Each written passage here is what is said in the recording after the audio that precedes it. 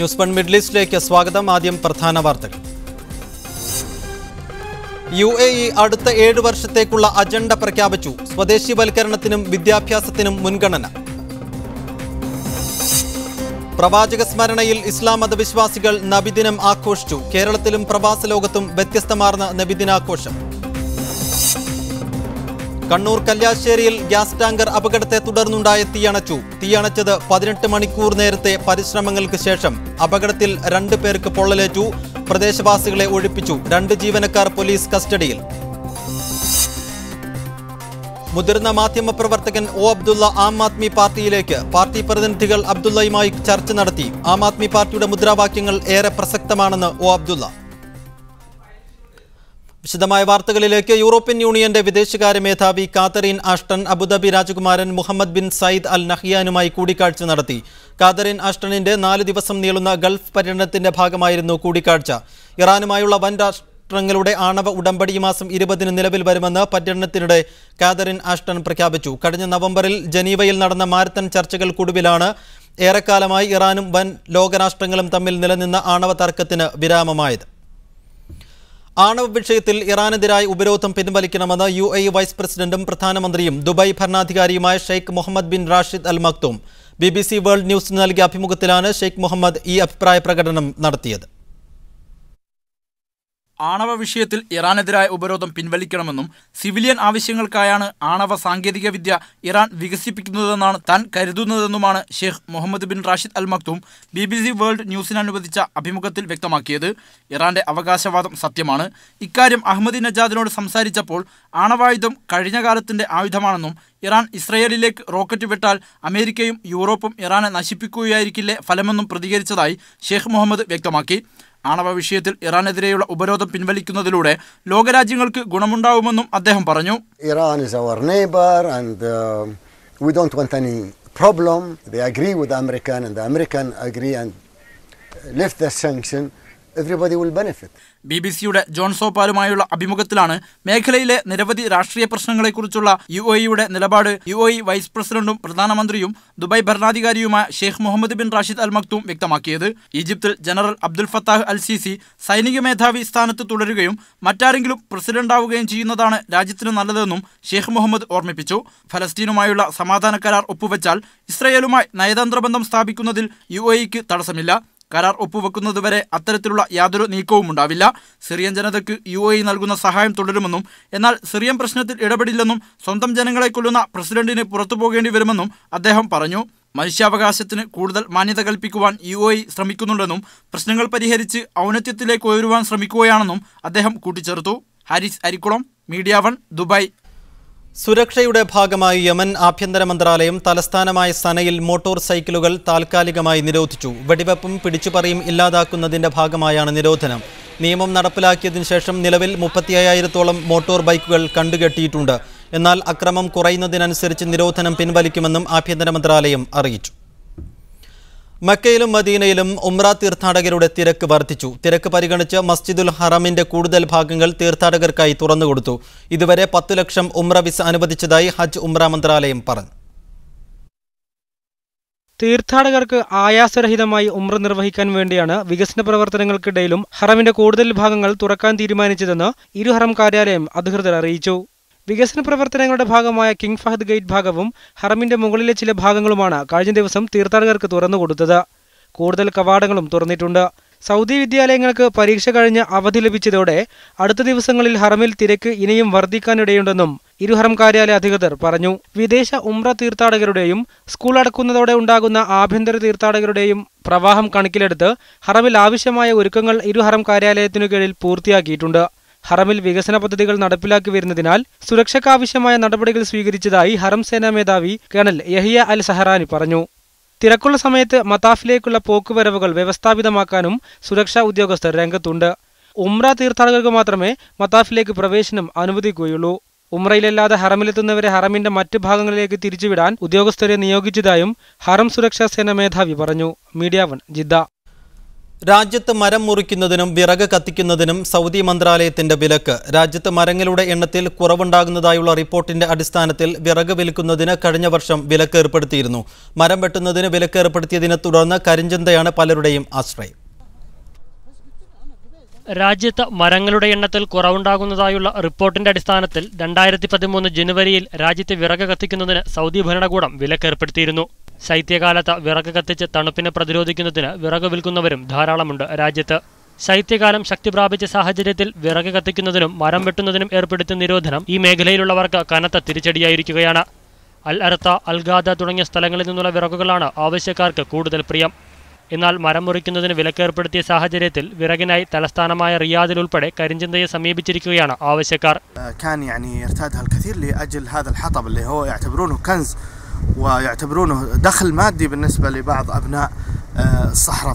രാജ്യത്തെ മരങ്ങൾ മുറിക്കുന്നതിന് വിലക്കേർപ്പെടുത്തിയ പശ്ചാത്തലത്തിൽ സൊമാലിയ, സുഡാൻ തുടങ്ങിയ സ്ഥലങ്ങളിൽ നിന്ന് ഇറക്കുമതി ചെയ്ത വിറകുകളും രാജ്യത്ത് വിൽപ്പനയ്ക്കെത്തിയിട്ടുണ്ട്.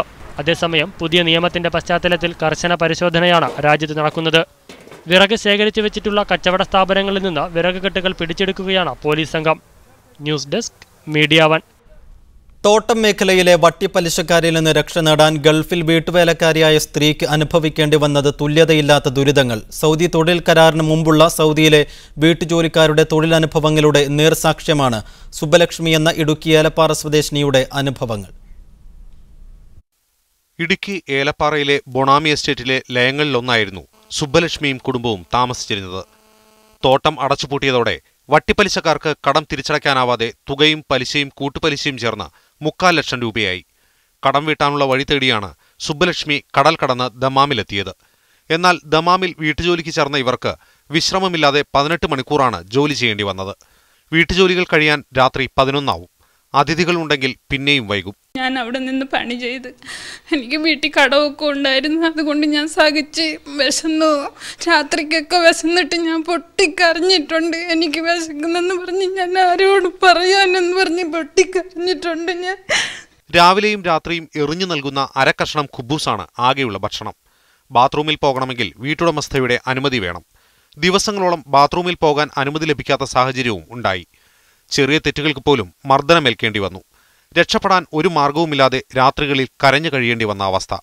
ഈ വീട്ടിൽ ജോലിക്കെത്തിയ തിരുവനന്തപുരം സ്വദേശിയായ സ്ത്രീയെ വീട്ടുകാർ മർദ്ദിച്ച് അവശയാക്കിയതായി സുബ്ബലക്ഷ്മി പറയുന്നു. ഗതികെട്ട് ഒരു ദിവസം ഒളിച്ചോടിയ സുബ്ബലക്ഷ്മിക്ക് സൗദി സ്വദേശിനിയായ ഒരു സ്ത്രീ തന്നെയാണ് ആശ്രയമായത്. നവയുഗം സാംസ്കാരിക വേദി പ്രവർത്തക സഫിയ അജിത്തിന്റെ ഇടപെടൽ വഴി ഇവർക്ക് സ്പോൺസറിൽ നിന്ന് എക്സിറ്റ് പെർമിറ്റ് ലഭിച്ചിട്ടുണ്ട്. ഇപ്പോൾ സഫിയയുടെ വീട്ടിലാണ് Subbalakshmi. Sajid Arattupuzha, media 1, Dammam. Saudi അറേബ്യയിൽ ജർമ്മൻ നയതന്ത്ര ഉദ്യോഗസ്ഥരുടെ വാഹനത്തിന് നേരെ ആക്രമണമുണ്ടായി. ഇന്നലെ വൈകുന്നേരം അവാമിയയിൽ 2 നയതന്ത്ര ഉദ്യോഗസ്ഥർ സഞ്ചരിച്ച വാഹനത്തിന് നേരെ അജ്ഞാതരുടെ ആക്രമണമുണ്ടായെന്ന് കിഴക്കൻ മേഖലാ പോലീസ് വക്താവ് വ്യക്തമാക്കി. ആക്രമണത്തെ തുടർന്ന് വാഹനത്തിന് തീപിടിച്ചു. അക്രമികളെ പിടികൂടാൻ പോലീസ് നടപടികൾ ആരംഭിച്ചു. 42 വർഷമായിട്ടും ഖത്തറിൽ ഇന്ത്യൻ എംബസിക്ക് സ്വന്തമായി കെട്ടിടമുണ്ടാകാത്തതിനെക്കുറിച്ച് മീഡിയ 1 പുറത്തുവിട്ട വാർത്തയെ അനുകൂലിച്ച് ഖത്തറിലെ വിവിധ നേതാക്കൾ രംഗത്ത് വന്നു. കൊല്ലങ്ങളായിട്ടും ഇന്ത്യൻ എംബസിക്ക് സ്വന്തമായി കെട്ടിടമുണ്ടാകാത്തത് നിർഭാഗ്യകരമെന്ന് ICBF പ്രസിഡന്റ് കരീം അബ്ദുള്ള പറഞ്ഞു. നിലവിൽ അംബാസിഡറും ഉദ്യോഗസ്ഥരും ഈ വിഷയത്തിൽ കാര്യമായ നടപടി സ്വീകരിക്കുമെന്നാണ് കരുതുന്നതെന്ന് ഇൻകാസ് ജനറൽ സെക്രട്ടറി മുഹമ്മദ് അലി വ്യക്തമാക്കി. വാടക ഇനത്തിൽ മാത്രം ഖത്തറിലെ ഇന്ത്യൻ എംബസി മാസം 13 ലക്ഷം രൂപയാണ് ചെലവഴിക്കുന്നതായിരുന്നു വിവരാവകാശം വഴി ലഭിച്ച രേഖയിൽ വ്യക്തമാക്കിയിരുന്നത്. ഖത്തർ സർക്കാർ സ്ഥലം അനുവദിച്ചിട്ടും അതിൽ സ്വന്തമായി കെട്ടിടം നിർമ്മിക്കാത്തതിൽ പ്രവാസികളുടെ ഇടയിൽ ശക്തമായ എതിർപ്പായിരുന്നു ഉണ്ടായത്. കേന്ദ്ര സർക്കാരിന്റെ ഭാഗത്തു നിന്നും നടപടിയുണ്ടാകാത്തതാണ് ഇതിന് കാരണമെന്ന് എംബസിയുടെ കീഴിലെ സന്നദ്ധ സംഘടനയായ Indian community benevolent forum president Kareem Abdulla വ്യക്തമാക്കി. ഒരു വലിയൊരു ബിൽഡിംഗ് കെട്ടിടം ഉണ്ടാക്കണമെന്നും പറഞ്ഞ് കാലങ്ങളോളമായിട്ട് അത് നൂറ്റാണ്ട് പഴക്കമുള്ള എംബസിയാണ് ഇവിടെ, അറിയാം, നിങ്ങൾക്ക് തന്നെ അറിയാം. അതിനു വേണ്ടി എല്ലാം സമർപ്പിച്ചതായിരുന്നു. അതിൻ്റെ 3Dയും ഡ്രോയിങ്ങും എല്ലാ ഡ്രാഫ്റ്റും എല്ലാം സമർപ്പിച്ചു. പക്ഷെങ്കിൽ ഡൽഹി ഗവൺമെൻറ് ഇന്ന് വരെ അതിനൊരു മുൻകൈ എടുത്തിട്ടില്ല. അംബാസിഡർ മാറി മാറി വരുന്നതും ഈ വിഷയത്തിൽ കാര്യമായ സമ്മർദ്ദം ചെലുത്താൻ കഴിയുന്നില്ല. ഖത്തർ സർക്കാർ എല്ലാവിധ പിന്തുണയും ഇന്ത്യക്കാർക്ക് ഈ വിഷയത്തിൽ നൽകുന്നുണ്ടെന്നും അദ്ദേഹം കൂട്ടിച്ചേർത്തു. ഊന്നി പറയുന്നു അടിവരിട്ട് ഖത്തർ ഗവൺമെൻറ് എന്ന് പറയുന്നൊരു രാജ്യം, ഇത് ചെറിയ രാജ്യമാണെങ്കിൽ അത് ഒരു വലിയ രാജ്യമായിട്ടാണ് നമ്മൾ കാണുന്നത്.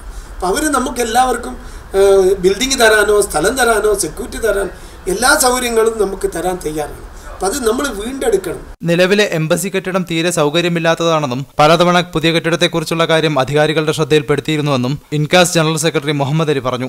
വേഗത്തിൽ അവരുടെ കാര്യങ്ങൾ നിർവഹിച്ച് പോകുവാൻ പറ്റാത്ത ഒരവസ്ഥയാണ് എംബസിയിലുള്ളത് എന്ന് പല പരാതികളും ഞങ്ങൾക്ക് പണ്ടേ കിട്ടിയിരുന്നു. പക്ഷേ ഞങ്ങളൊക്കെ പലരോടും പറഞ്ഞെങ്കിലും കാര്യങ്ങൾ ഇതുവരെ നടന്നില്ല എന്നുള്ളതാണ് സത്യം.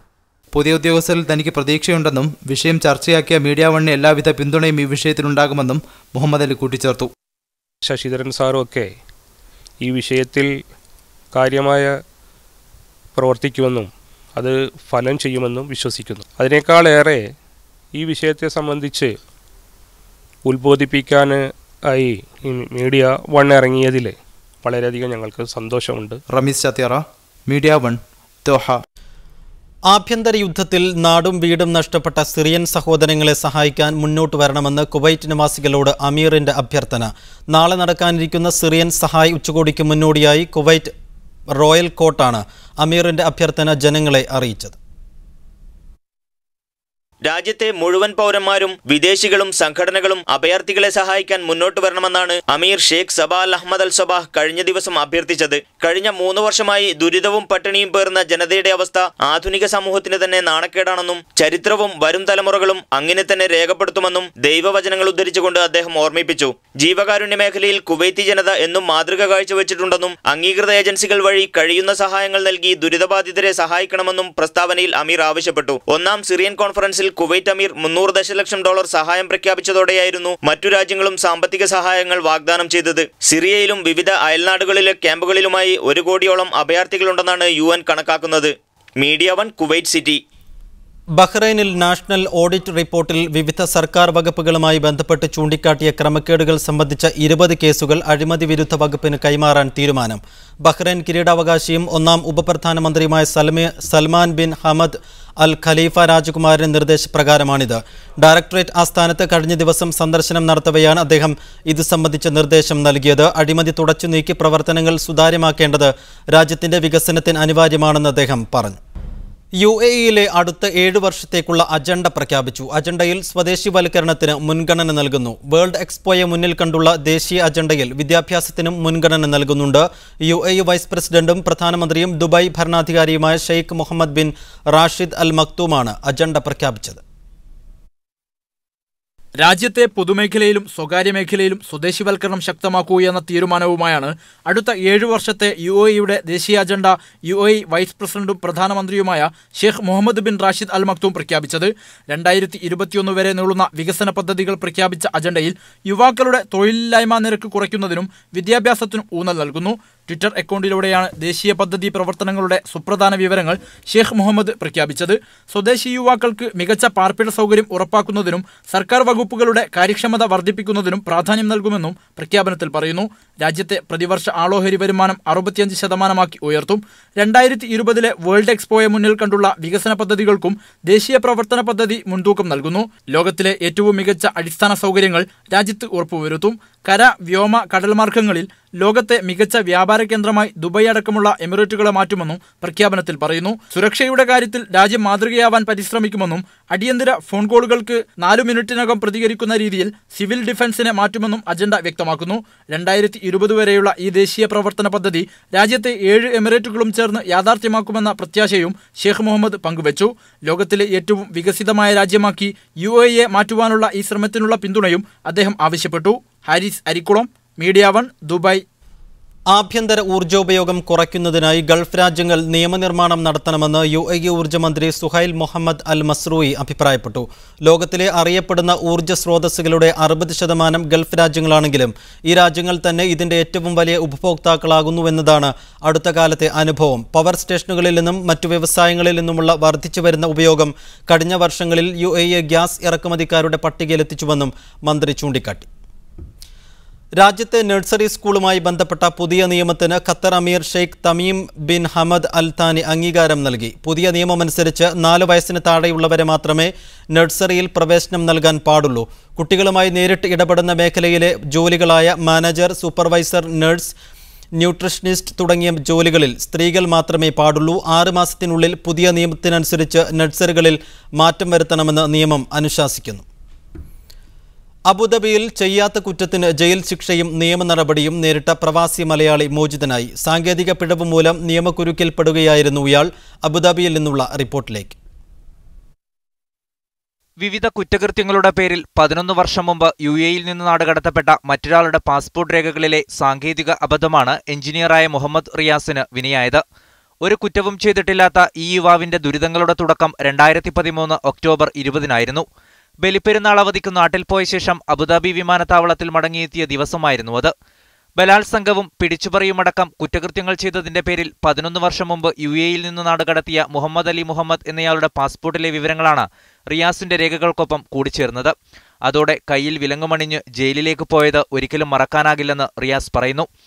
പോലീസ് കസ്റ്റഡിയിലെടുക്കുകയും വിരലടയാളങ്ങൾ ശേഖരിക്കുകയും ചെയ്തപ്പോൾ എന്താണ് സംഭവിച്ചതെന്ന് റിയാസിന് മനസ്സിലായില്ല.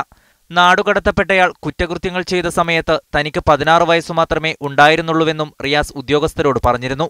നിയമപരമായ പരിശോധനകൾക്കും നിരപരാധിയാണ് എന്ന് രേഖകൾ മുഖേന തെളിയിക്കാനും റിയാസിന് ഒരാഴ്ചയോളം അൽവദ്ബ ജയിലിൽ കാരാഗൃഹവാസം അനുഭവിക്കേണ്ടി വന്നു.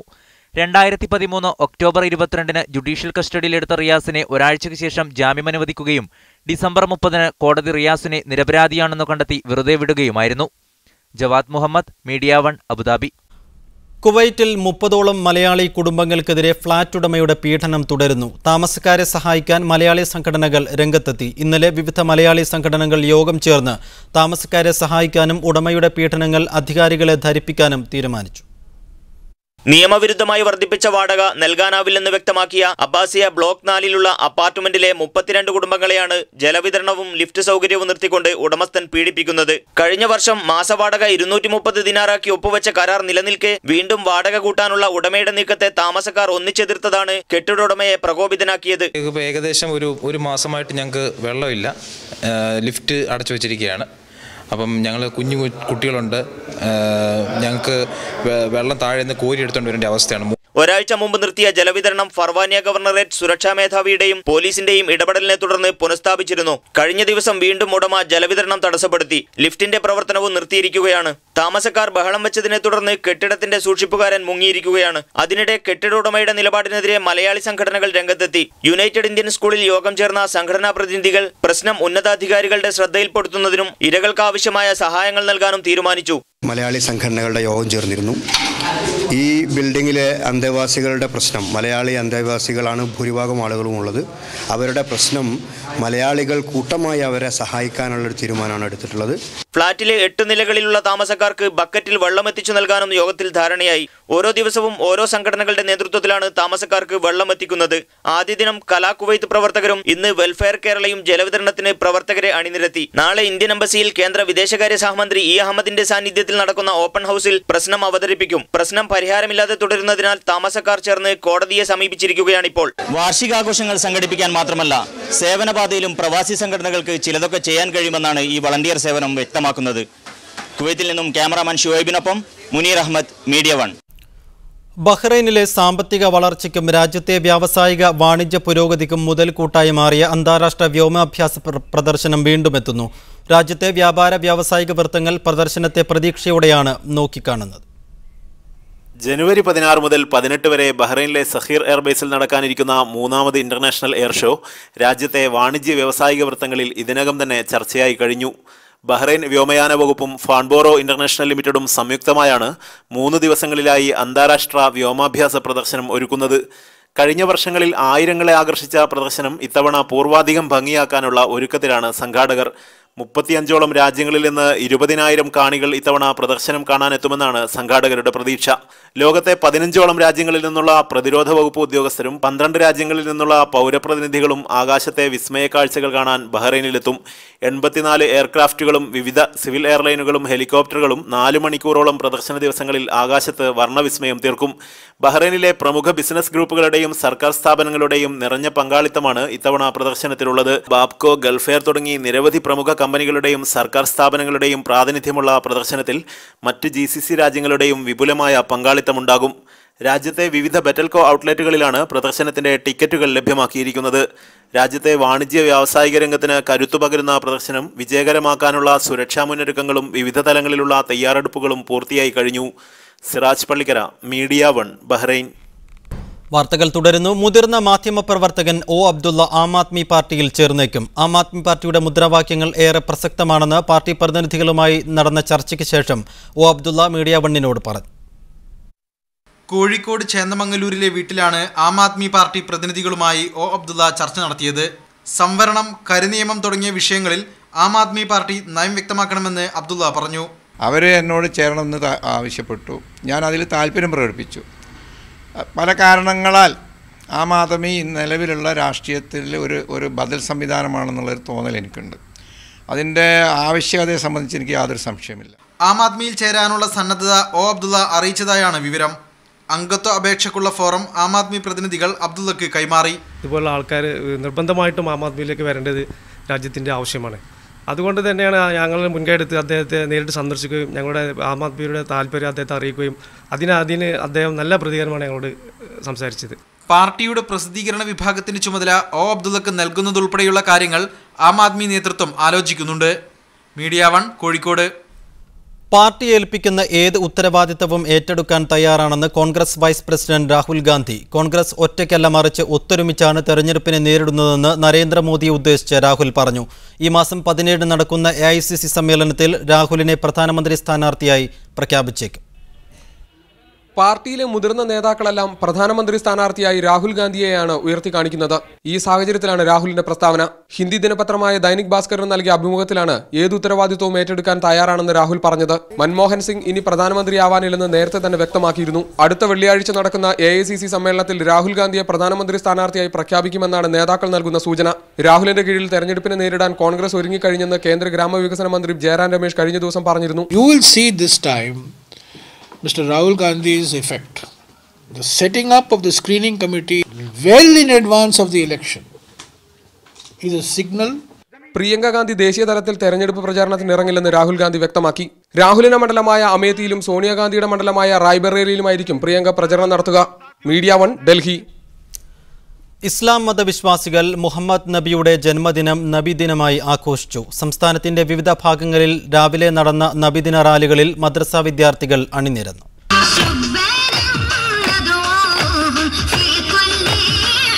അന്ത്യപ്രവാചകനായ മുഹമ്മദ് നബിയുടെ 1488 ജന്മദിനമാണ് റബീഉൽ അവൽ 12 ഇന്ന്.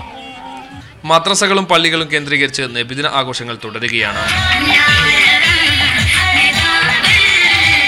മധുരപ്പലഹാര വിതരണം, അന്നദാനം, കലാപരിപാടികൾ തുടങ്ങിയവയും ആഘോഷങ്ങളുടെ ഭാഗമായി നടക്കുന്നു. റബീഉൽ അവൽ മാസം അവസാനിക്കുന്നതുവരെ വിവിധ മുസ്ലിം സംഘടനകളുടെ മീലാദ് പരിപാടികൾ തുടരും.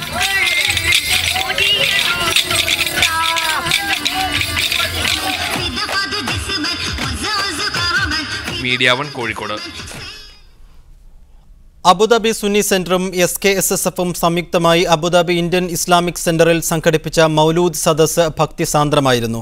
മുഖ്യാതിഥിയായിരുന്ന സമസ്ത കേരള ജംഇയ്യത്തുൽ ഉലമ പ്രസിഡന്റ് ഷെയ്ഖുന കോയക്കുട്ടി മുസ്ലിയാർ പ്രാർത്ഥന നിർവഹിച്ചു. മണിക്കൂറുകൾ നീണ്ട മൗലിദ് സദസ്സിൽ 2000-ഓളം ആളുകൾ പങ്കെടുത്തു. അബ്ദുൽ ഗഫൂർ ഖാസിമി, ഡോക്ടർ ജലീൽ ദാരിമി, ഡോക്ടർ അബ്ദുറഹ്മാൻ മൗലവി, മമ്മിക്കുട്ടി മുസ്ലിയാർ, സയ്യിദ് അബ്ദുറഹ്മാൻ തങ്ങൾ എന്നിവർ മൗലിദ് സദസ്സിന് നേതൃത്വം നൽകി.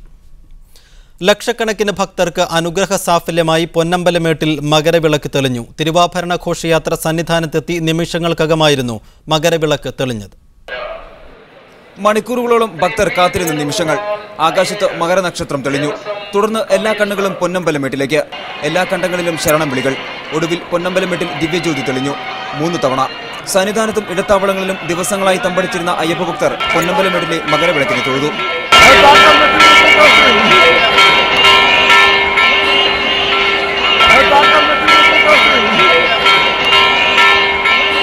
വൈകിട്ട് 5:30-യോടെയാണ് പന്തളം വലിയ കോയിക്കൽ കൊട്ടാരത്തിൽ നിന്ന് തുടങ്ങിയ തിരുവാഭരണ ഘോഷയാത്ര ശകരംകുത്തിയിലെത്തിയത്. അവിടുന്ന് സ്വീകരിച്ചാനയിച്ച് 6 മണിയോടെ സന്നിധാനത്തേക്ക്. മന്ത്രി VS ശിവകുമാറിന്റെ നേതൃത്വത്തിൽ 18-ാം പടിക്ക് മുകളിൽ തിരുവാഭരണം സ്വീകരിച്ചു. 6:30-യോടെ തിരുവാഭരണം ചാർത്തി ദീപാരാധന. ഈ സമയത്താണ് പൊന്നമ്പലമേട്ടിൽ ദിവ്യജ്യോതി തെളിഞ്ഞത്. തന്ത്രി കണ്ഠരര് മഹേശ്വരന്റെ നേതൃത്വത്തിലായിരുന്നു മകരവിളക്ക് ചടങ്ങുകൾ നടന്നത്. ഭക്തരുടെ മണിക്കൂറുകൾ നീണ്ട കാത്തിരിപ്പ് സഫലമായി. പൊന്നമ്പലമേട്ടിലെ മകരജ്യോതി കണ്ട് സാഫല്യമടഞ്ഞാണ് ഓരോ അയ്യപ്പനും മലയിറങ്ങിയത്. ക്യാമറ പേഴ്സൺ ആനന്ദാലന്തരയ്ക്കൊപ്പം മനേഷ് മൂർത്തി, മീഡിയ 1 സന്നിധാനം.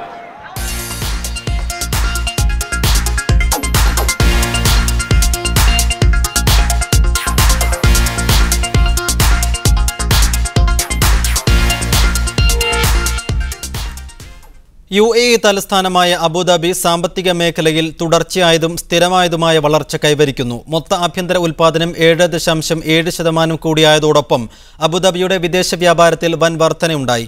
വിദേശ വാർഷിക വ്യാപാരം 60,000 കോടി ദിർഹം കവിഞ്ഞു. ആഗോളതലത്തിൽ എണ്ണവിലയിൽ കാര്യമായ വർധനയില്ലാതിരുന്നിട്ടും വളർച്ച നിലനിർത്തുവാൻ സാധിച്ചത് അബുദാബി എമിറേറ്റിന്റെ സാമ്പത്തിക ഭദ്രതയ്ക്ക് തെളിവായാണ് വിലയിരുത്തപ്പെടുന്നത്. മൊത്ത ആഭ്യന്തര ഉൽപ്പാദനം 7.7% വർദ്ധിച്ചു. എല്ലാ മേഖലകളിലും സ്ഥിരമായതും ഗുണകരമായതുമായ വളർച്ചയാണ് രേഖപ്പെടുത്തിയത്. എണ്ണ മേഖലയിലുള്ള ആശ്രയത്വം കുറയ്ക്കുവാനും സാമ്പത്തിക മേഖലയുടെ വൈവിധ്യവൽക്കരണത്തിനും സർക്കാർ കൈക്കൊണ്ട നടപടികൾ വിജയം കണ്ടു. അബുദാബിയുടെ വളർച്ചയിൽ എണ്ണ മേഖലയ്ക്കുണ്ടായിരുന്ന നിർണായക പങ്കിന് ഒപ്പം തന്നെ എണ്ണ ഇതര മേഖലകൾ കൂടി കുതിപ്പ് തുടരുന്നു. കഴിഞ്ഞ ഏതാനും വർഷങ്ങളായി എണ്ണ ഇതര മേഖലകളുടെ കാര്യത്തിൽ ഗണ്യമായ വളർച്ചയാണ് ഉണ്ടായത്. നിലവിലെ കണക്കുകൾ അനുസരിച്ച് അബുദാബിയുടെ മൊത്ത ആഭ്യന്തര ഉൽപ്പാദനത്തിന്റെ 48% എണ്ണ ഇതര മേഖലകളിൽ നിന്നാണ് ലഭിക്കുന്നത്. അബുദാബിയുടെ റിയൽ എസ്റ്റേറ്റ് മേഖല 16.7% വളർച്ചയാണ് കഴിഞ്ഞ വർഷം രേഖപ്പെടുത്തിയത്. നിർമ്മാണ മേഖലയിൽ 9.7% വളർച്ചയും രേഖപ്പെടുത്തി. അബുദാബി ഇക്കണോമിക് വിഷൻ 2030 ലക്ഷ്യം വെച്ചുള്ള വലിയ മുന്നേറ്റമാണ് അബുദാബി നടത്തുന്നത്. പ്രവാസികൾക്ക് തൊഴിൽ സാധ്യതകൾ തുറക്കുന്ന നിരവധി വലിയ പദ്ധതികളും വരും വർഷങ്ങളിൽ അബുദാബിയിൽ വരുമെന്ന് പ്രതീക്ഷിക്കുന്നു. Media 1 Abu Dhabi. ഫെഡറേഷൻ കപ്പിന്റെ ആവേശത്തിലാണ് മലപ്പുറത്തെ പഴയകാല തലമുറയിലെ പടക്കുതിരകൾ. വാർദ്ധക്യത്തിലെത്തിയ ഇവരിൽ പലർക്കും കളിയുടെ ആവേശത്തിന് ഒട്ടും കുറവില്ല. 84 വയസ്സ് കഴിഞ്ഞു മലപ്പുറം ചേക്കു എന്ന ഈ ഫുട്ബോൾ കാരണവർക്ക്. 1973 സന്തോഷ് ട്രോഫി നേടിയ കേരള ടീമിൽ അംഗമായിരുന്നു. വാർദ്ധക്യത്തിന്റെ അവശതകൾക്കിടയിലും ഇംഗ്ലീഷ് പ്രീമിയർ ലീഗ് മത്സരങ്ങൾ ടിവിയിൽ മുടങ്ങാതെ കാണും. ഈ ഇംഗ്ലീഷ് ക്ലബ്സിൻ്റെ കളി കണ്ടാൽ അതാ കണ്ടുകൊണ്ടിരിക്കുന്നത്.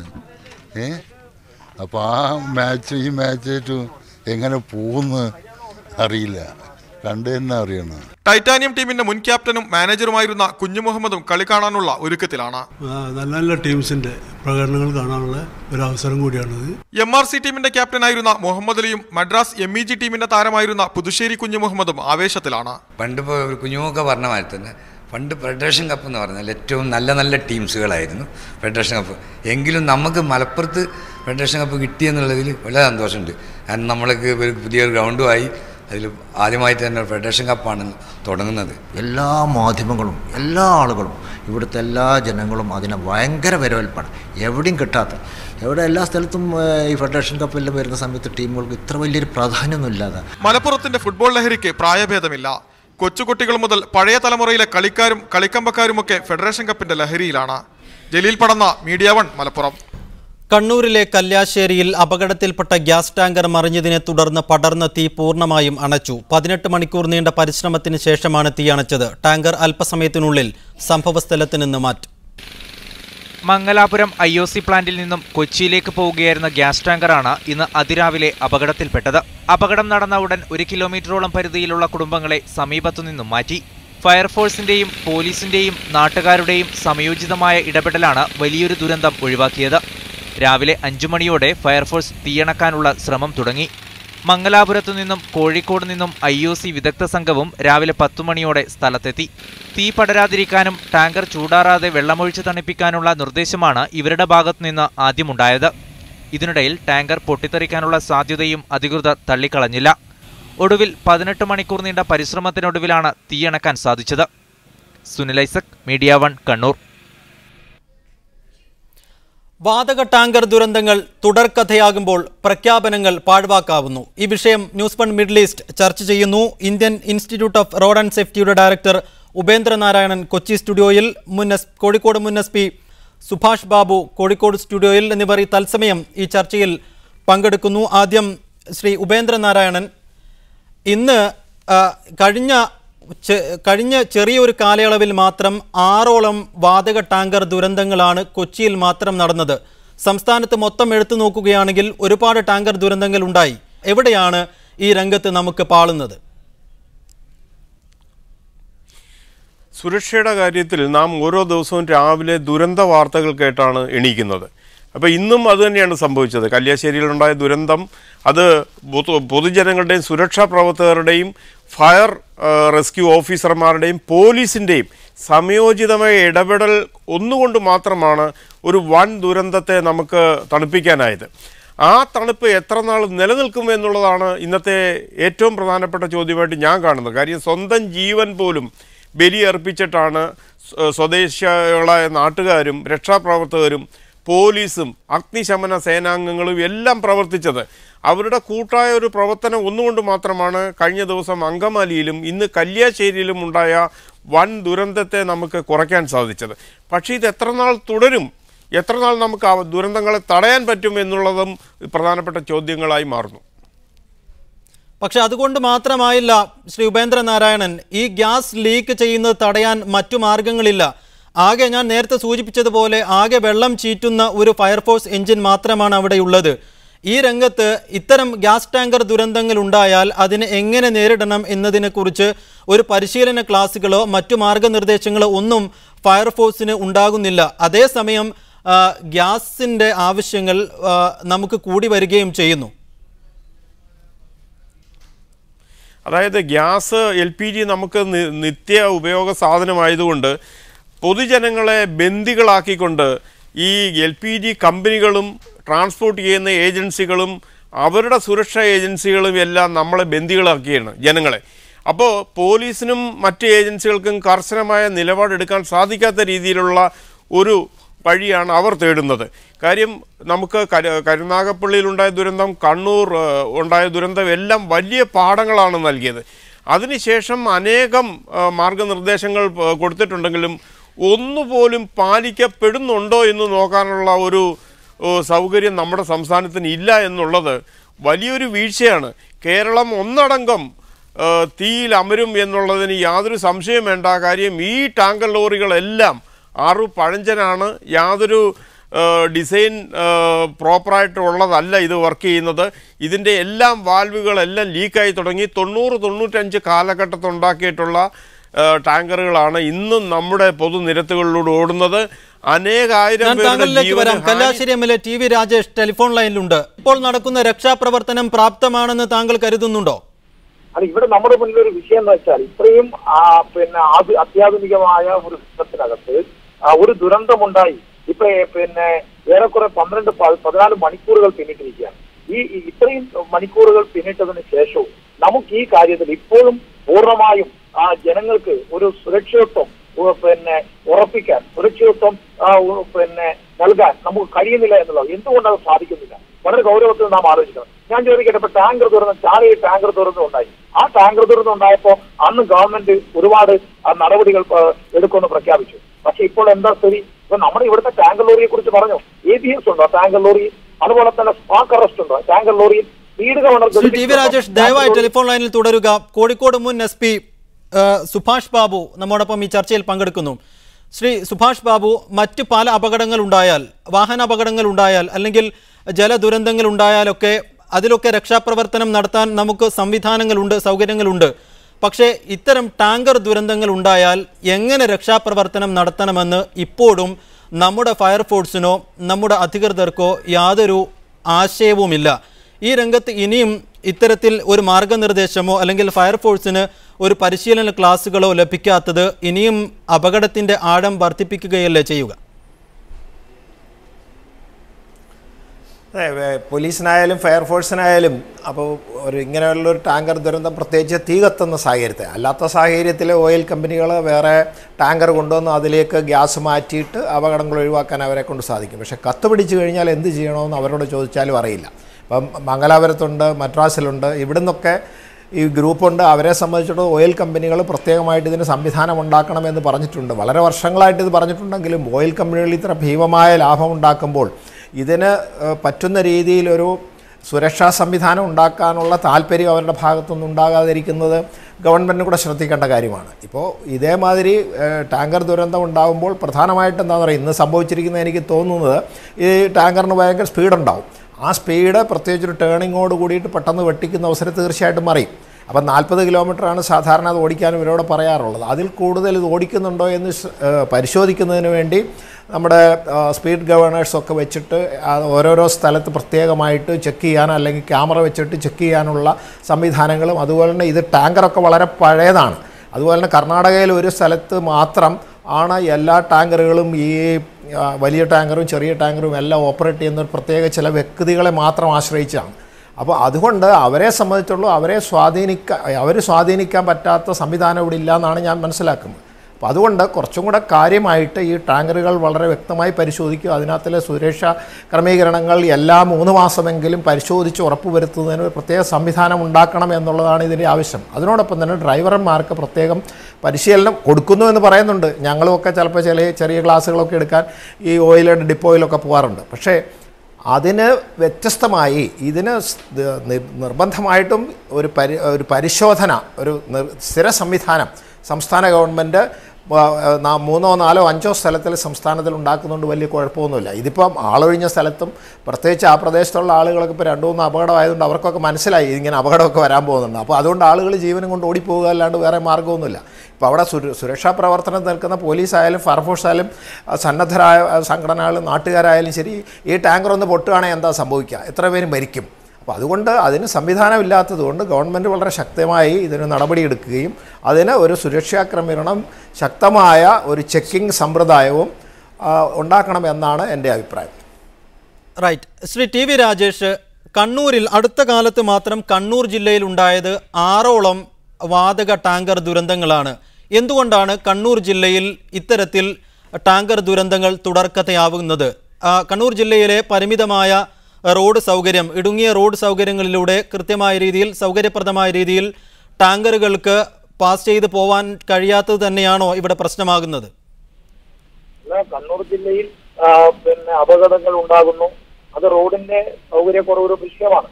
ഇവിടെ ഒരു വിഷയം ഞാൻ നേരത്തെ പറഞ്ഞില്ല, ഇപ്പൊ വാൾവിന് ഒരു മെറ്റൽ ഗാർഡ് പോലും വെക്കാൻ പലപ്പോഴും പറ്റുന്നില്ല. ഒരു കമ്പ് തട്ടിയാൽ ഈ ഗ്യാസ് കൊണ്ടുപോകുന്ന ടാങ്കറിന്റെ വാൾവ് തെറിക്കുകയാണ്. നിങ്ങൾ ആലോചിച്ച് നോക്കൂ, എത്ര ലാഘവത്തോടെയാണ് എണ്ണ കമ്പനികൾ ഇത് കൈകാര്യം ചെയ്യുന്നത്. ഞാൻ നേരത്തെ പറഞ്ഞു, നമ്മുടെ ടാങ്കർ ലോറിയിൽ കൃത്യമായ പരിശോധന നടക്കുന്നുണ്ടോ? ഇപ്പൊ 2006 മുതൽ ABS സിസ്റ്റം നിർബന്ധമാക്കിയതാണ്. പക്ഷെ അതിന് കാലപരിധി നിശ്ചയിച്ചിട്ടില്ല. ഇവിടെ പറഞ്ഞതുപോലെ പഴക്കം ചെന്ന ടാങ്കറുകളാണ് നമ്മുടെ കേരളത്തിലേക്ക് വരുന്നത്, ഈ ഗ്യാസുമായിട്ട് വരുന്നത്. അപ്പോ ഇവിടെ പ്രധാനപ്പെട്ട വിഷയം കർശനമായ പരിശോധന നടക്കണം. കർശനമായ പരിശോധന നടക്കണം എന്നതിനോടൊപ്പം തന്നെ എണ്ണ കമ്പനികളുടെ നിലപാട് చాలా ദുരന്തമുണ്ടായി. അവസാനം FIR കൊടുത്തപ്പോ എണ്ണ കമ്പനികൾ അതിൽ പ്രതിയല്ലല്ലോ, അതിലാണ് അവിടെ ഡ്രൈവറാണ് പ്രതി. എണ്ണ കമ്പനികൾ ചെയ്യുന്നത് എന്താണ്? ഇത് ഔട്ട്സോഴ്സ് ചെയ്യുകയാണ്. അത് ഔട്ട്സോഴ്സിംഗിന്റെ തന്നെ ഏറ്റവും വികൃതവും ഏറ്റവും വികലമായ വിധത്തിലാണ് അവർ കൈകാര്യം ചെയ്യുന്നത്. എണ്ണ കമ്പനികൾക്ക് യാതൊരു ഉത്തരവാദിത്വം, എണ്ണ കമ്പനികൾക്ക് ഉത്തരവാദിത്വം ഉണ്ടാകണം, അക്കൗണ്ടബിലിറ്റി ഉണ്ടാകണം.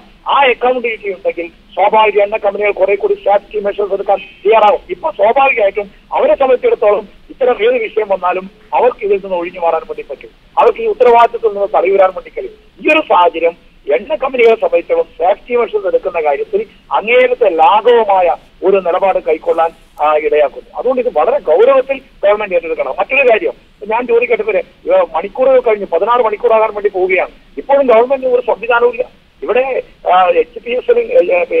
HPCLന്റെ ആളുകൾ വന്നിരിക്കുന്നു, അവർക്കൊന്നും പറയാനില്ല. ടാങ്കർ തണുപ്പിക്കണം, തുടർച്ചയായിട്ട് വെള്ളം അടിച്ചുകൊണ്ടിരിക്കുക, അതല്ലാതെ മറ്റൊരു മാർഗമില്ല എന്നാണ് പറയുന്നത്. പൊട്ടിത്തെറിയുടെ സാധ്യത ഒഴിവാക്കാൻ പറ്റുമെന്ന് അവർ പറയുന്നു. അപ്പൊ ഞാൻ ചോദിക്കട്ടെ, ഇത്രയും നമ്മുടെ സൊസൈറ്റി മുന്നേറിയിട്ടും ഇത്രയും അഡ്വാൻസ്ഡ് ആയ ഒരു സമൂഹത്തിൽ ഒരു മാർഗവുമില്ല. ഇതിങ്ങനെ ദയവായി തുടരുക. ഉപേന്ദ്രനാരായണനിലേക്ക് പോകുന്നു. ശ്രീ ഉപേന്ദ്രനാരായണൻ, ഇപ്പോൾ ടി വി രാജേഷും നേരത്തെ സുഭാഷ് ബാബും ഒക്കെ സൂചിപ്പിച്ചതുപോലെ ബദൽ മാർഗങ്ങളെക്കുറിച്ച് ചിന്തിക്കുമ്പോൾ ചാല ടാങ്കർ ദുരന്തത്തിന് ശേഷം ഈ വിഷയത്തിൽ ഹൈക്കോടതി ഇടപെടുകയും സംസ്ഥാന സർക്കാരിനോട് ഹൈക്കോടതി ചോദിച്ചത് റെയിൽ മാർഗം എന്തുകൊണ്ട് ഇത് ആയിക്കൂടാ എന്ന് ഹൈക്കോടതി ചോദിക്കുകയും ചെയ്തു. ആ സമയത്ത് കേരള സർക്കാർ ഇന്ത്യൻ ഓയിൽ കോർപ്പറേഷനോട് വിശദീകരണം തേടി ഈ വിഷയത്തിൽ. ആ സമയത്ത് ഇന്ത്യൻ ഓയിൽ കോർപ്പറേഷൻ നൽകിയ മറുപടി, കേരളത്തിലെ പരിമിതമായ റെയിൽ സൗകര്യത്തിൽ ഇത് സാധ്യമല്ല, റെയിൽ മാർഗം ഗ്യാസ് കൊണ്ടുപോകുക എന്നുള്ളത് സാധ്യമല്ല എന്നാണ് ഇന്ത്യൻ ഓയിൽ കോർപ്പറേഷൻ നൽകിയ മറുപടി. കടൽ മാർഗം കൊണ്ടുപോകാം, ജലപാതയിലൂടെ കൊണ്ടുപോകാം എന്നുള്ള ചർച്ച ഇതുവരെ എങ്ങും എത്തിയിട്ടുമില്ല. എന്താണ് ഇനി ഒരു പരിഹാരമുള്ളത് ഈ വിഷയത്തിൽ? അടിയന്തരമായിട്ട് ചെയ്യേണ്ടത് ഇത്ര പഴഞ്ചനായ 20 കൊല്ലത്തോളം പഴഞ്ചനായ ഈ ഗ്യാസ് ടാങ്കർ, അതായത് ട്രെയിലർ കം പ്രൈം മൂവറായിട്ടുള്ള ഡിസൈനുള്ള ഈ പഴഞ്ചൻ സാധനങ്ങൾ ഉടനടി നിർത്തലാക്കണം. എന്നിട്ട് സിംഗിൾ പ്ലാറ്റ്ഫോമുള്ള വലിയ ലോറികളുണ്ട്, അത് സ്റ്റെബിലിറ്റി കൂടും. ഈ കണ്ണൂർ മാതിരിയുള്ള റോഡ് ടെറൈൻ, നമ്മുടെ കണ്ണൂർ മലബാർ ഏരിയയിലെ റോഡിൻ്റെ ടെറൈൻ വളരെ മോശമാണ്. അശാസ്ത്രീയമായ ഹമ്പുകളുണ്ട്, റോഡ് മീഡിയനുകളുണ്ട്, റോഡിലേക്ക് ചാഞ്ഞ മരങ്ങളുണ്ട്.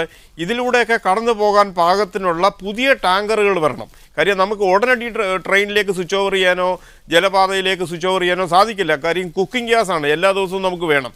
അടിയന്തരമായിട്ട് ചെയ്യേണ്ടത് ഈ ടാങ്കർ ലോറികൾ, അതായത് ഈ ട്രെയിലറുകൾ ഉടനടി നിർത്തലാക്കണം. കാര്യം ഈ ഇതൊന്നും സേഫ് അല്ല. കാര്യം നമ്മുടെ ഫ്രീക്വൻസി അങ്കമാലിയിലുണ്ടായി 4 ദിവസം കൊണ്ടാണ് കണ്ണൂരുണ്ടായത്. ഇനിയിപ്പോൾ ഏത് സമയം ഉണ്ടാകാമെന്നുള്ള രീതിയിലേക്ക് ഈ വാഹനങ്ങളും ഇതിൻ്റെ സേഫ്റ്റി സിസ്റ്റംസും വാൽവുകൾ, ഇൻലെറ്റും ഔട്ട്ലെറ്റും മറ്റ് വാൽവുകളെല്ലാം പഴഞ്ചനായിരിക്കുകയാണ്. അപ്പോൾ ഇത് കാലഹരണപ്പെട്ട ഡിസൈനാണ്. ഇതിനകത്ത് തുരുമ്പെടുത്ത ടാങ്കറുകളാണ് കൂടുതലായിട്ട് ഓടുന്നത്. ഉടനടി ഈ ടാങ്കർ ഗവൺമെൻറ് അടിയന്തര പ്രാധാന്യമുള്ള വിഷയമായി കണ്ട് ഇത് ഒരു കമ്മിറ്റി വിളിച്ചു കൂട്ടി ഉടനടി തന്നെ ഈ ടാങ്കർ ട്രെയിലറുകൾ നിർത്തലാക്കിയിട്ട് പുതിയ തരം, കാര്യം ടെക്നോളജി വളരെ അഡ്വാൻസ്ഡ് ആയിട്ടുണ്ട്, 8x4 ടൈപ്പ് ഓഫ് ലോറികൾ കിട്ടാനുണ്ട്. ആ ചേസസും മേലെ 1 മാസം 2 മാസം കൊണ്ട് നമുക്ക് പുതിയ ടാങ്കറുകൾ ഉണ്ടാക്കാം. അതിന് പുതിയ ഇൻലെറ്റ് മാനിഫോൾഡും ഔട്ട്ലെറ്റും ഒക്കെ കൺസീൽഡ് ആയിട്ട്, പ്രൊജക്റ്റഡ് അല്ലാട്ട്. ഇതിപ്പം TV രാജേഷ് പറഞ്ഞ വളരെ കറക്റ്റാണ്. ഈ നിലവിലുള്ളതിനെല്ലാം പ്രൊജക്റ്റഡ് ആണ്. അത് ഡേഞ്ചറസ് ആയിട്ടുള്ള പ്രൊജക്ഷൻ കൊണ്ടാണ് മരത്തെ തട്ടിയാൽ എല്ലാം പൊളിഞ്ഞു പോയി ലീക്കാകുന്നത്. അപ്പോൾ കൺസീൽഡ് ആയിട്ട് യൂറോപ്യൻ മാതൃകയിൽ അതിന് അഡീഷണൽ ആയിട്ടുള്ള റോൾ കേജ് ഉൾപ്പെടെയുള്ളത് കൊടുത്തിട്ട് പുതിയ തലമുറ ടാങ്കറുകൾ ഉണ്ടാകണം, ഉടനടി ഉണ്ടാകണം. അത് എണ്ണ കമ്പനികൾക്ക് പൈസയുള്ള കമ്പനികളാണ്. അവരെ സംബന്ധിച്ച് മനുഷ്യൻ്റെ സുരക്ഷ പ്രധാനമായി കാണണം. ഇതിൻ്റെ ഡ്രൈവർ മാത്രമല്ല പ്രതി. കാര്യം ഈ വാഹനങ്ങൾക്കൊന്നും തന്നെ സ്പീഡ് ഗവർണർ ഇല്ല. ഇത് കൊടുങ്കുത്തായ വളവിലൊക്കെ അസാധാരണ സ്പീഡിലാണ് പോകുന്നത്. ടൈം ഈസ് മണി എന്നാണ് ഈ വണ്ടികളുടെയൊക്കെ പുറകിൽ എഴുതിയേക്കുന്നത്. അപ്പോൾ ആ രീതിയിലൊക്കെ മനുഷ്യജീവനും സ്വത്തിനും നാശം ഉണ്ടായിക്കൊണ്ട് ഇത് പോകാൻ പറ്റില്ല. നമ്മുടെ സർക്കാർ അടിയന്തരമായിട്ട് ഉണർന്നേ മതിയാവും. കേരളം ഒരു ദുരന്ത ഭൂമിയാക്കി തീർക്കാൻ ഇത്തരം ടാങ്കറുകൾ സഹായിക്കും. അത് പാടില്ല. ദയവ് ചെയ്ത് ബഹുമാനപ്പെട്ട റവന്യൂ മന്ത്രിയും മുഖ്യമന്ത്രിയും എല്ലാം കൂടി ചേർന്നിട്ട് ഒരു ഡിസാസ്റ്റർ മാനേജ്മെൻറ്റ്, ഒരു ഫോക്കസ് ആക്ഷൻ ഗ്രൂപ്പ് ഉണ്ടാകുകയും ഇതിന് വേണ്ട മാർഗനിർദ്ദേശങ്ങൾ കൊടുക്കാൻ ഞാൻ തയ്യാറാണ്. എല്ലാ ജില്ലാ പോലീസ് അധികാരികളും അവരവരുടെ ജില്ലയിൽ ഈ വാഹനങ്ങൾ ഈ നിശ്ചിത വേഗതയിലാണ് പോകുന്നതെന്ന്, ഇത്തരം വാഹനങ്ങളെ മാത്രം ഒരു സ്പെഷ്യൽ ഫോഴ്സിനെ കൊണ്ട് നിരീക്ഷിക്കുകയും ചെക്ക് ചെയ്യുകയും വേണം. അല്ലെങ്കിൽ അപകടങ്ങൾ കാട്ടുതീമാതിരി പടരും. കേരളം ഒന്നാകെ ഒരു യുദ്ധസമാനമായ അന്തരീക്ഷത്തിലേക്ക് മാറുന്നതിന് മുമ്പ് വ്യക്തമാണ്. സുഭാഷ് ബാബുവിലേക്ക്. ശ്രീ സുഭാഷ് ബാബു, ഇപ്പോൾ ചാല ദുരന്തത്തിന് ശേഷം ഈ രംഗത്ത് ക്രിയാത്മകമായ മാറ്റങ്ങൾക്കായി, പരിഹാര മാർഗങ്ങൾക്കായി എന്തൊക്കെ നടപടികളാണ് ആവിഷ്കരിച്ചിട്ടുള്ളത്? അതിൽ തന്നെ എന്തെല്ലാം ഇപ്പോൾ തുടരുന്നുണ്ട്? അത് പഴയ ടാങ്കറൊക്കെ മാറ്റാൻ പോലീസിനെ കൊണ്ടിട്ടോ അല്ലെങ്കിൽ ഫയർഫോഴ്സിനെ മറ്റ് സംവിധാനങ്ങളോ സാധ്യമല്ല. ഇപ്പോൾ എണ്ണ കമ്പനികൾ തന്നെ ഇത്രയും വലിയ പണമുണ്ട്. അവർ ഈ സ്വകാര്യ വ്യക്തി ഏജൻസിക്ക് ഈ ടാങ്കർ നിർമ്മിക്കാനും അത് മെയിൻറ്റെയിൻ ചെയ്യാനും അത് ട്രാൻസ്പോർട്ട് ചെയ്യാനുമുള്ള ഉത്തരവാദിത്വം കൊടുക്കുന്നത് കമ്പനികൾ സ്വയം ഏറ്റെടുക്കുക. അങ്ങനെ കമ്പനികൾ സ്വയം ഏറ്റെടുത്ത് കഴിയുമ്പോൾ അവർക്ക് കൂടുതൽ ഉത്തരവാദിത്വം ഉണ്ടാവും. നല്ല പുതിയ ടെക്നോളജി ഉപയോഗിച്ചുള്ള കൺസീൽഡ് വാൽവ്സൊക്കെ ഉള്ള പുതിയ സംവിധാനത്തിലുള്ള ഡബിൾ പ്രൊട്ടക്ഷൻ സിസ്റ്റംസോട് കൂടിയിട്ടുള്ള പുതിയ ടാങ്കറൊക്കെ കൊണ്ടുവരാം. അത് ടാങ്കറൊക്കെ കൊണ്ടുവരുന്നതിന് അത് എണ്ണ കമ്പനിയിലേക്ക് ഇവരുടെ ഉത്തരവാദിത്വം മാറ്റണം. ഇതിപ്പോൾ ഔട്ട്സോഴ്സ് ചെയ്ത് കഴിഞ്ഞാൽ അവരെ സംബന്ധിച്ച് അവർക്ക് ഉത്തരവാദിത്വമില്ല. ഒരു സാധനം കൊടുത്തു കഴിഞ്ഞാൽ അത് എടുക്കുന്ന ഏജൻറ്റ് ആ സ്ഥലത്ത് എത്തിച്ചു കൊടുത്തോണം. അതിനിടയ്ക്ക് ദുരന്തം വന്നു കഴിഞ്ഞാൽ ഈ ഇൻഷുറൻസ് കമ്പനിക്കാരൻ്റെ പൈസ, അതായത് ആ ലോറിയുടെ ഇൻഷുറൻസ് കമ്പനി ആരാവുന്നു അവർ വഹിക്കേണ്ട ഒരു സംവിധാനമുള്ളൂ. ഓയിൽ കമ്പനി പേരിന് എന്തെങ്കിലും സഹായിക്കുക എന്നല്ലാണ്ട് ഇപ്പോൾ ചാല ദുരന്തത്തിനാണെങ്കിലും ശരി അവർ കാര്യമായിട്ടൊന്നും ചെയ്തു എന്ന് എനിക്കറിയില്ല. അതേമാതിരി തന്നെ ഇപ്പം കേസുകളൊക്കെ ആയിട്ടാണ് ആൾ നടക്കുന്നത്. ഗവൺമെൻറ് കുറേ പൈസ കൊടുക്കായിരിക്കും. പക്ഷേ ഇത് എണ്ണ കമ്പനിയിലേക്ക് ഇതിൻ്റെ ട്രാൻസ്പോർട്ടേഷൻ ഉത്തരവാദിത്വം എത്തിച്ചു കൊടുത്ത് വളരെ ശക്തമായ ഒരു സംവിധാനം ഉണ്ടാക്കി കഴിഞ്ഞാൽ ഇത് കുറച്ചുകൂടെ നന്നാവും. അതല്ല, നമ്മൾ എത്ര നല്ല സംവിധാനങ്ങൾ ഉണ്ടാക്കി ഒരു ചെക്കിംഗ് സിസ്റ്റം നമ്മൾ നേരത്തെ ഞാൻ തന്നെ പറഞ്ഞതനുസരിച്ചിട്ട് ചെക്കിംഗ് സിസ്റ്റം ഉണ്ടായാൽ തന്നാലും അകത്തെല്ലാം വെള്ളം ചേർക്കുകയും സ്വാധീനിക്കുകയും ചെയ്യാൻ കഴിയുന്ന ശക്തമായ സാമ്പത്തിക സംവിധാനമുള്ള ആളുകളാണ് ഈ ഏജൻസികളായി, ട്രാൻസ്പോർട്ടിംഗ് ഏജൻറ്റ് കോൺട്രാക്ടേഴ്സായി പ്രവർത്തിക്കുന്നത്. അത് ചില വ്യക്തികളിൽ, ചില കമ്പനികളിൽ മാത്രം നിക്ഷിപ്തമായ രീതിയിലാണ് ഇപ്പോൾ നടക്കുന്നത്. അത് നമ്മൾ ഞാൻ താങ്കളിലേക്ക് തിരികെ വരാം. അതുകൊണ്ട് ശ്രീ TV രാജേഷ്, ഇപ്പോൾ നേരത്തെ സുഭാഷ് ബാബു ഒക്കെ സൂചിപ്പിച്ചതുപോലെ മാക്സിമം പരമാവധി പണം ഊറ്റുകയല്ലാതെ ഈ വിഷയങ്ങളിൽ ഇത്തരം അപകടങ്ങൾ ഉണ്ടാകുമ്പോൾ ക്രിയാത്മകമായ പരിഹാരങ്ങൾക്കോ ഇടപെടലുകൾക്കോ ഇന്ത്യൻ ഓയിൽ കോർപ്പറേഷൻ എണ്ണ കമ്പനികൾ തയ്യാറാകുന്നില്ല. ഇവിടെ എണ്ണ കമ്പനികളിൽ സമ്മർദ്ദം ചെലുത്താൻ സർക്കാരും തയ്യാറാകുന്നില്ല. ഈ വിഷയത്തിൽ ഇത്തരം വിഷയങ്ങളിൽ എണ്ണ കമ്പനികൾക്ക് സർക്കാർ വഴങ്ങിക്കൊടുക്കുന്ന ഒരു രീതിയുണ്ടോ? തീർച്ചയായും ഇവിടെ ജാല ദുരന്തം ഉണ്ടായപ്പോൾ അന്ന് നൽകിയ ഒരുപാട് വാഗ്ദാനങ്ങളുണ്ട്. അതിൽ പ്രധാനമെന്ന് പറയുന്നത് അവിടെ ഇപ്പോ മരിച്ച് ജീവിക്കുന്നവരുണ്ട്, നരകയാതന അനുഭവിക്കുന്നവർ, അവരെ സംബന്ധിച്ച് അവരുടെ തുടർ ചികിത്സ ഏറ്റെടുക്കുന്ന പറഞ്ഞതാണ്. തുടർ ചികിത്സ ഏറ്റെടുക്കുന്ന യാതൊരു തുടർ നടപടി ഉണ്ടായിട്ടില്ല. ഒരു കുടുംബത്തിൽ ഒരാൾക്ക് തൊഴിൽ കൊടുത്തുകൊണ്ട് ആ കുടുംബത്തിന്റെ സാമ്പത്തികമായ സുരക്ഷ ഉറപ്പാക്കും എന്ന വാഗ്ദാനം ഉണ്ടായി. ആ വാഗ്ദാനം പാലിക്കപ്പെട്ടിട്ടില്ല. ഇവിടെ ഏറ്റവും പ്രധാനപ്പെട്ട വിഷയം എണ്ണ കമ്പനികൾക്ക് യഥാർത്ഥത്തിൽ ഇത്തരം കാര്യങ്ങളിൽ യാതൊരു തരത്തിലുള്ള ഉത്തരവാദിത്വം ഇല്ല എന്നുള്ളതാണ്. അവർക്ക് ഔട്ട്സോഴ്സിംഗാണ് ഞാൻ നേരത്തെ സൂചിപ്പിച്ചത്. അപ്പൊ എണ്ണ കമ്പനികൾക്ക് ഇതിൽ ഉത്തരവാദിത്വം ഉണ്ടാകണം. എണ്ണ കമ്പനികളുടെ പൂർണ്ണമായ നിയന്ത്രണത്തിലായിരിക്കണം ഈ ട്രാൻസ്പോർട്ടേഷൻ നടക്കേണ്ടത്. അങ്ങനെ വന്നാൽ എണ്ണ കമ്പനികൾ ഇതിന് മറുപടി പറയേണ്ടി വരും. എന്ന് വന്നാൽ അവർ ഇതിന് ഉത്തരവാദിത്വം വഹിക്കേണ്ടി വരും. വന്നാൽ സ്വാഭാവികമായും ഈ കാര്യത്തിൽ കൂടുതൽ സേഫ്റ്റി മെഷേഴ്സ് എടുക്കാൻ അവർ തയ്യാറാകും. അതോടൊപ്പം എനിക്ക് പറയാനുള്ള ഒരു കാര്യം, നമ്മുടെ കേരളം പോലുള്ള ഒരു സ്റ്റേറ്റിൽ ഇത്രയും ഡെൻസിറ്റി ഉള്ള റോഡരികിൽ ആളുകൾ തിങ്ങിപ്പാർക്കുന്ന ഒരു സ്റ്റേറ്റിൽ ഇതുപോലെയുള്ള വളരെ ഹസാർഡായിട്ടുള്ള വളരെ ഇൻഫ്ലേമബിൾ ആയിട്ടുള്ള ഇന്ധനവും മറ്റും കൊണ്ടുപോകുന്നത്, രാസപദാർത്ഥങ്ങളും മറ്റും കൊണ്ടുപോകുന്നത് സംബന്ധിച്ച് ഗവൺമെന്റ് അടിയന്തരമായും ഒരു പുനരാലോചന നടത്താൻ തയ്യാറാകണം. ഭൂമിക്കടിയിലോ കൊണ്ടുപോകാൻ കഴിയോ അത് ആലോചിക്കണം. ജനങ്ങൾ താങ്കൾ ഈ പ്രശ്നം നിയമസഭയിൽ ഉന്നയിക്കുമോ? ഞാൻ വരുന്ന ഇന്ന് തന്നെ മുഖ്യമന്ത്രിക്ക് ഞാൻ ഇത് സംബന്ധിച്ചൊരു വളരെ വിശദമായ ഒരു കത്ത് മുഖ്യമന്ത്രിക്കും ബഹുമാന്യനായ റവന്യൂ മന്ത്രിക്കും ഞാൻ നൽകി കഴിഞ്ഞിട്ടുണ്ട്. ഇപ്പൊ ഒരു കാര്യം കൂടി ഞാൻ പറയാം, നമ്മുടെ ഫയർ സർവീസുകാരും പോലീസുകാരും സ്വന്തം ജീവൻ പോലും പണയപ്പെടുത്തി അവർ നടത്തിയിട്ടുള്ള രക്ഷാപ്രവർത്തനങ്ങൾ വളരെ അഭിനന്ദനാർഹമാണ് അവരുടെ നാട്ടുകാരോടൊപ്പം. അത് ഞാൻ അംഗീകരിക്കും. പക്ഷെ ഒരു കാര്യം നമ്മൾ മനസ്സിലാക്കുക, കണ്ണൂർ ജില്ലയിൽ ഉള്ള 5 ഫയർഫോഴ്സിന്റെ വാഹനങ്ങൾ 20 വർഷം കഴിഞ്ഞാണ് നമ്മൾ ആലോചിക്കുന്നത്. യഥാർത്ഥത്തിൽ നമ്മുടെ ഫയർഫോഴ്സിൽ എന്ത് സംവിധാനമാണുള്ളത്?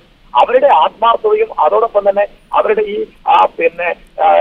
മനോഭാവവും അല്ലാതെ എന്താ അവർ കൈമുതലായിട്ടുള്ളത്? നമ്മൾ യഥാർത്ഥത്തിൽ നമ്മുടെ വളരെ നന്ദി ശ്രീ ടി വി രാജേഷ് ഈ ഘട്ടത്തിൽ പ്രതികരിച്ചതിന്. ഉപേന്ദ്രനാരായണനിലേക്ക് ഒരിക്കൽ കൂടി. ശ്രീ ഉപേന്ദ്രനാരായണൻ, ഇപ്പോൾ എന്തുകൊണ്ട് അപകടങ്ങൾ ഉണ്ടാകുന്നു, രക്ഷാപ്രവർത്തനം എന്തുകൊണ്ട് മതിയായ രീതിയിൽ നടക്കുന്നില്ല എന്നൊക്കെയാണ് നമ്മൾ ചർച്ച ചെയ്ത വിഷയങ്ങൾ. അതിലും അപ്പുറത്ത് ഇത്തരം ഗ്യാസ് ടാങ്കർ ദുരന്തങ്ങൾ ഉണ്ടായാൽ പൊള്ളലേറ്റവരെ ചികിത്സിക്കാൻ മതിയായ രീതിയിൽ ചികിത്സ ലഭ്യമാക്കാനുള്ള സംവിധാനങ്ങളും കണ്ണൂർ പോലെയുള്ള പല പരിസരങ്ങളിലും ഇല്ല. ഈ വിഷയം കൂടി നമ്മൾ ഗൗരവമായി കാണേണ്ടതല്ലേ? തീർച്ചയായിട്ടും കണ്ണൂർ ജില്ലയിൽ മാത്രമായിട്ട് ഒരു സ്പെഷ്യൽ റെസ്ക്യൂ മിഷൻ ഓയിൽ കമ്പനികൾ ഉടൻ തന്നെ ഉദ്ഘാടനം ചെയ്യണം. കാര്യം കണ്ണൂർ എറണാകുളത്തു നിന്നോ മംഗലാപുരത്തു നിന്നോ അവരുടെ ടീം എത്താപ്പെടാൻ വളരെയേറെ സമയം വേണ്ടി വരുന്നതുകൊണ്ട് നിരന്തരമായി കണ്ണൂർ ജില്ലയിലാണ് ഈ അപകടങ്ങൾ ഉണ്ടായിക്കൊണ്ടിരിക്കുന്നത്. കാര്യം അവിടുത്തെ റോഡ് ഒരു പ്രധാന ഘടകമാണ്. അതുകൊണ്ട് ഇവരുടെ ഒരു റെസ്ക്യൂ ടീം, കണ്ണൂർ എക്സ്പെർട്സ് അടങ്ങിയ ഒരു ടീം സ്ഥിരമായിട്ട് ക്യാമ്പ് ചെയ്യുകയും അടിയന്തര പ്രാധാന്യ വിഷയമായിട്ട് നമ്മുടെ സംസ്ഥാനത്തെ എംപിമാർ കേന്ദ്രത്തിലേക്ക് പ്രഷറൈസ് ചെയ്ത് ഓയിൽ കമ്പനികളുടെ മേൽ ഒരു സമ്മർദ്ദമുണ്ടാകുകയും യൂറോപ്യൻ അല്ലെങ്കിൽ വിദേശ സ്റ്റാൻഡേർഡിലുള്ള ഗ്യാസ് ടാങ്കറുകൾ നമ്മുടെ നിരത്തിൽ ഇറക്കാൻ ഓയിൽ കമ്പനികൾക്ക് സാധിക്കും. അവർക്ക് കണ്ടമാനം ഫണ്ടുണ്ട്. അത് ഓയിൽ മന്ത്രാലയം തന്നെ പ്രഷറൈസ് ചെയ്യാൻ നമ്മുടെ ബഹുമാനപ്പെട്ട എംപിമാർ ശക്തമായി ഇടപെട്ടില്ലെങ്കിൽ കേരളം ഒരു ദുരന്ത ഭൂമിയായിട്ട് മാറും. ഇത്തരം ഒരു ചർച്ചയ്ക്ക് ഇനി ഇടവരരുതെന്നുള്ള പ്രാർത്ഥനയാണ് എനിക്ക്. തീർച്ചയായും ഇനിയും ഉണർന്ന് പ്രവർത്തിച്ചില്ലെങ്കിൽ വലിയ ദുരന്തങ്ങൾ നമ്മൾ കേൾക്കേണ്ടി വരും. വളരെ നന്ദി ഈ ഘട്ടത്തിൽ ഈ ചർച്ചയിൽ പ്രതികരിച്ചതിന് ശ്രീ ഉപേന്ദ്രനാരായണൻ, ഒപ്പം Shri Subhash Babu, T V Rajesh MLA. ഇതോടെ ന്യൂസ് 1 മിഡിൽ ഈസ്റ്റ് ഇവിടെ പൂർണ്ണമാവുന്നു. Good night and good bye.